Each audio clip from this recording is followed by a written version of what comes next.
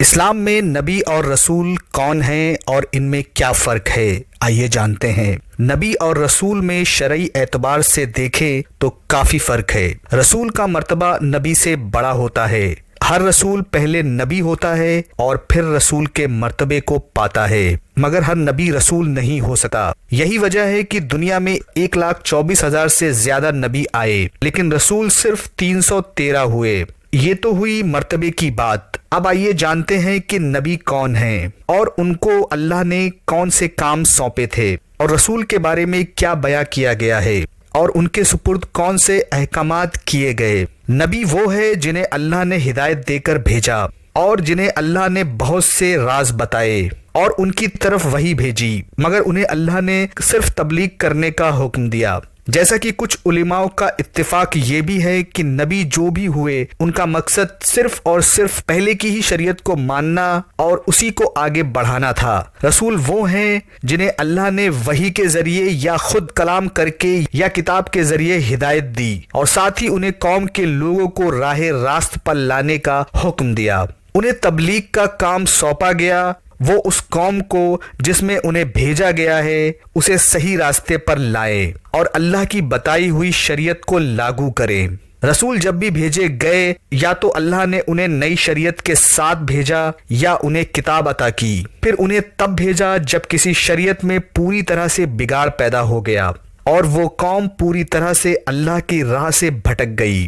نبی کو اللہ نے اکثر ہی بھیجا جن کے لیے کوئی نیا حکم نہیں تھا، مگر وہ چلی آ رہی شریعت کو ہی آگے لے جاتے جسے رسول نے نافذ کیا ہے۔ پھر اس کے بعد کوئی اور نبی، پھر کوئی اور نبی، اور اسی طرح سے نبی کے آنے کا سلسلہ چلتا رہا، اور جب دین میں بگاڑ پیدا ہو جاتا تو پھر اللہ رسول کو بھیجتے۔ ہمارے سب سے پہلے نبی حضرت آدم علیہ السلام ہیں جنہیں اللہ نے بہت سی تعلیمات کے ساتھ بھیجا، اور ہمارے پہلے رسول حضرت نوح علیہ السلام ہیں جنہیں اللہ نے ایک نئی شریعت کے ساتھ رسالت عطا کی۔ اس لیے ہم کسی بھی رسول کو نبی بے شک کہہ سکتے ہیں لیکن کسی نبی کو ہرگز بھی رسول نہیں کہہ سکتے۔ اکثر دو رسولوں کے درمیان بہت سے نبی بھیجے گئے اور ایسا بھی ہوا کہ رسول کے ساتھ نبی کو بھی بھیجا گیا تاکہ نبی رسول کے کام میں ان کی مدد کر سکے، جیسا کہ حضرت موسیٰ علیہ السلام جو کہ ایک رسول تھے، ان کی دعا قبول کرتے ہوئے اللہ نے ان کی مدد کے لیے ان کے بھائی حضرت ہارون علیہ السلام کو بھیجا جو صرف نبی تھے۔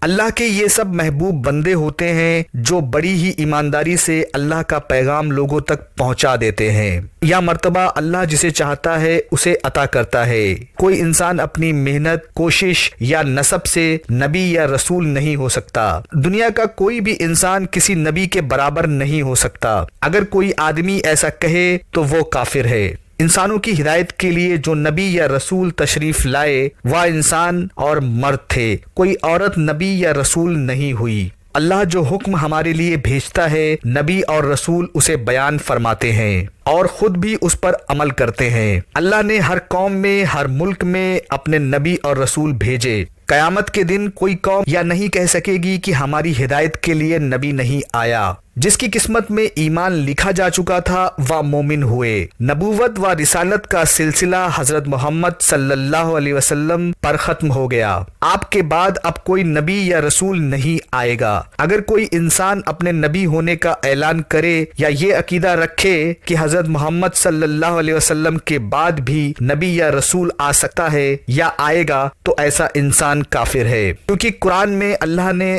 آپ محمد صلی اللہ علیہ وسلم کو خاتم النبیین فرمایا ہے۔ ہم حضرت محمد صلی اللہ علیہ وسلم کی امت میں ہیں اور ان کا کلمہ پڑھتے ہیں، ان کی شریعت پر عمل کرتے ہیں۔ پھر بھی ہمیں ان سارے نبیوں رسولوں پر ایمان لانا ضروری ہے جو آپ سے پہلے تشریف لا چکے ہیں، جن میں سے قرآن و حدیث میں کچھ نبیوں کا بیان موجود ہے۔ پھر بھی ہمیں ان کے علاوہ ان دوسرے نبیوں اور رسولوں پر ایمان لانا ضروری ہے جس طرح ہم پیغمبر اسلام کو تسلیم کرتے ہیں۔ ان نبیوں و رسولوں میں سے کسی ایک کا بھی انکار کرنے والا ایمان سے خارج ہے۔ ہم عیسائی نہیں ہیں، پھر بھی ہم حضرت عیسیٰ علیہ السلام کو رسول ماننا ضروری ہے۔ یہ بات الگ ہے کہ انہیں ماننے کا دعویٰ کرنے والے لوگ اپنے نبی کی تعلیم و تبلیغ سے دور ہونے کی وجہ سے گمراہ ہو گئے، لیکن حضرت عیسیٰ علیہ السلام کی نبوت و رسالت میں کوئی فرق نہیں آیا۔